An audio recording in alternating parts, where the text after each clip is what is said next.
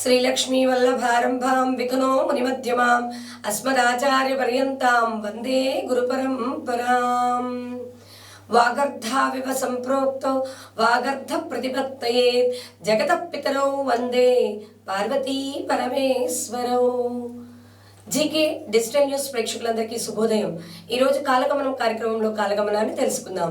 శ్రీ శోభకృతనామ సంవత్సరం, ఉత్తరాయణం, హేమంత ఋతువు, పుష్యమాసం, కృష్ణపక్షం, సోమవారం, తిథి చవితి, తెల్లవారుజామున 6 గంటల 12 నిమిషాల వరకు, నక్షత్రం పుబ్బా నక్షత్రం సాయంత్రం 5 గంటల 12 నిమిషాల వరకు, దుర్ముహూర్తం మధ్యాహ్నం 12 గంటల 37 నిమిషాల నుండి 1 గంట 21 నిమిషాల వరకు, మరలా తిరిగి దుర్ముహూర్తం మధ్యాహ్నం 2 గంటల 51 నిమిషాల నుండి 3 గంటల 36 నిమిషాల వరకు, వర్జ్యం రాత్రి 1 గంట 10 నిమిషాల నుండి 2 గంటల 56 నిమిషాల వరకు, అమృత గడియలు ఉదయం 10 గంటల 6 నిమిషాల నుండి 11 గంటల 52 నిమిషాల వరకు.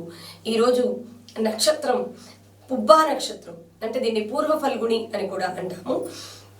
ఈ పూర్వ ఫల్గుణి నక్షత్రం అంటే ఏంటంటే ముందుగా, పూర్వమే ఫలితాన్ని ఇచ్చేటువంటి నక్షత్రం. మో టా టీ టు పుబ్బ అంటే పేరులో మొదటి అక్షరంగా కలిగిన వారిపై కూడా ఈ నక్షత్ర ప్రభావం ఉంటుంది. పూర్వతి ఇది పూర్వ అంటే ముందుగా పూరించున్నది అని, లాభించున్నది అనేటువంటి అర్థాలు కూడా వస్తాయి. అధిదేవత భగ అనే సూర్యుడిని ఆరాధన చేయాలి. సూర్యుడిని భగ అనేటువంటి పేరుతో ఆరాధన చేస్తే మనకి కలిసి వస్తుంది. అలాగే శ్వేతవర్ణం, ద్వితార దండాకృతి అంటే తెల్లగా 2 నక్షత్రాల కలిసి దండ ఏ ఆకారంలో ఉంటుందో ఆ ఆకారంలో ఆకాశంలో ప్రకాశిస్తూ ఉండేటువంటి నక్షత్రం. ఇది సులోచన అంటే మంచి దృష్టి కలిగిన వాళ్ళు, మంచి, ఇది సమతార అంటాం మనం, అందుకని తార కూడా మంచి తారే. ఫలాస వృక్ష వీరికి కలిసి వచ్చేటువంటి వృక్షం ఫలాస వృక్షం. వీరికి కలిసి వచ్చేటువంటి పక్షి గృధ అంటాం.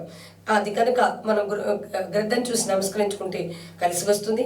అలాగే వీరికి కలిసి వచ్చేటువంటి స్వరం ఏంటి అంటే చకారాక్షర స్వరం, చ అనేటువంటి అక్షరంతో ఉన్నటువంటి మంత్రాన్ని జపించుకుంటే వీరికి కలిసి వస్తుంది.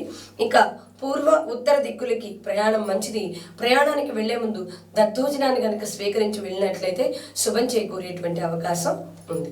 కనుక ఈరోజు మనం భగ అనేటువంటి నామంతో సూర్యారాధన చేసుకుని, అలాగే సోమవారం శివునికి చాలా ప్రీతిపాత్రమైనటువంటి రోజు, శివ ఆరాధన కూడా చేసుకుని సకల శుభాల్ని పొందుదాం. శుభం భూయాత్.